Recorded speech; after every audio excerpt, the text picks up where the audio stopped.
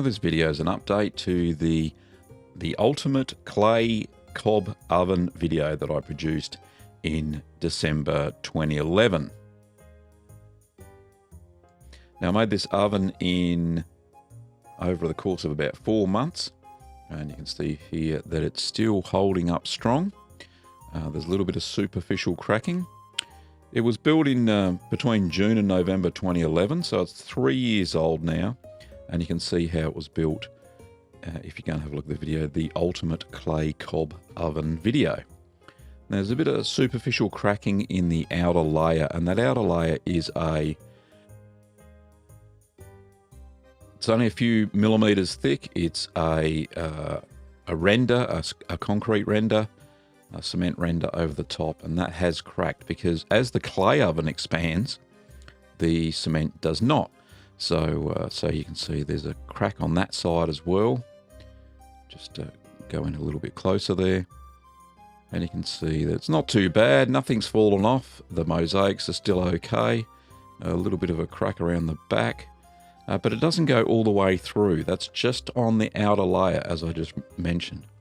Now, just looking inside the oven there, you can see that the first layer has cracked inside, but it's cracked along the lines of where the little logs were.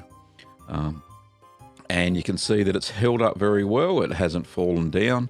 We use the oven about once a month. So we cook pizzas, invite friends around. And you can see that the clay pavers, none of them are cracked or anything like that. They've lasted quite well. So basically the oven has held up very well. There's been no clay loss on the inside.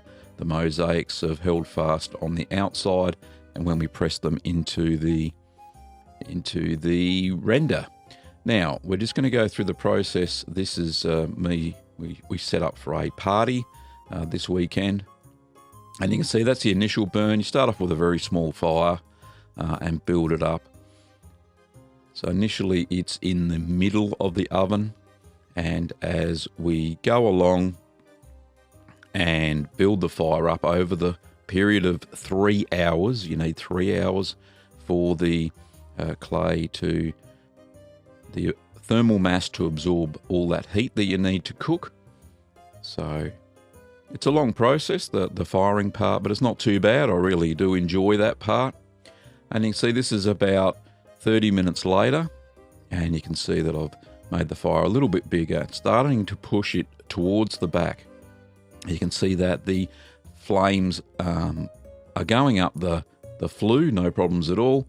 There's no smoke and no carbon on the outside, and it's just settling down, and I'll add a little bit of hardwood on there.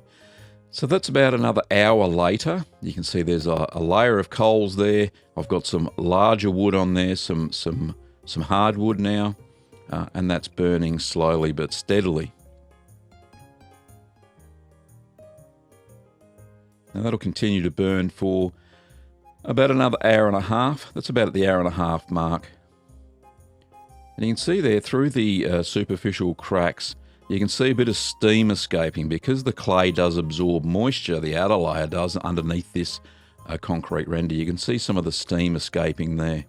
And that's certainly nothing to worry about. As I said, the cracks don't go all the way through. That's just steam coming from the clay. And you can see that's about the last 10 minutes before I spread the coals out all over the bottom of the oven floor, getting ready to cook pizzas. So you can see that it's dark now. So we started at 3 p.m. and we started cooking at about 6:30 p.m. So that's just how it should look inside the oven itself. All of the carbon has been burnt off. Now there's my father and I preparing to cook 14 pizzas in a row, and what I've done, I've used a rag on a stick called a scuffle, and I've cleaned the bottom of the floor, and I've pushed the coals to the side. So here's a bit of a cheesy shot. I'm ready to start cooking. I've got the pizzas lined up, I've got my peel, and most importantly, I've got my gloves on. So I've got some leather gloves on, they're lineman gloves, easy to pick up at a hardware store or something like that, and that's so you don't burn yourself when you put your hands in. And there's the final product. There's my son Adam cutting the pizza, the first pizza off the production line. And hopefully you've learned a little bit today on how the pizza oven has stood up after 3 years. Thanks very much for watching.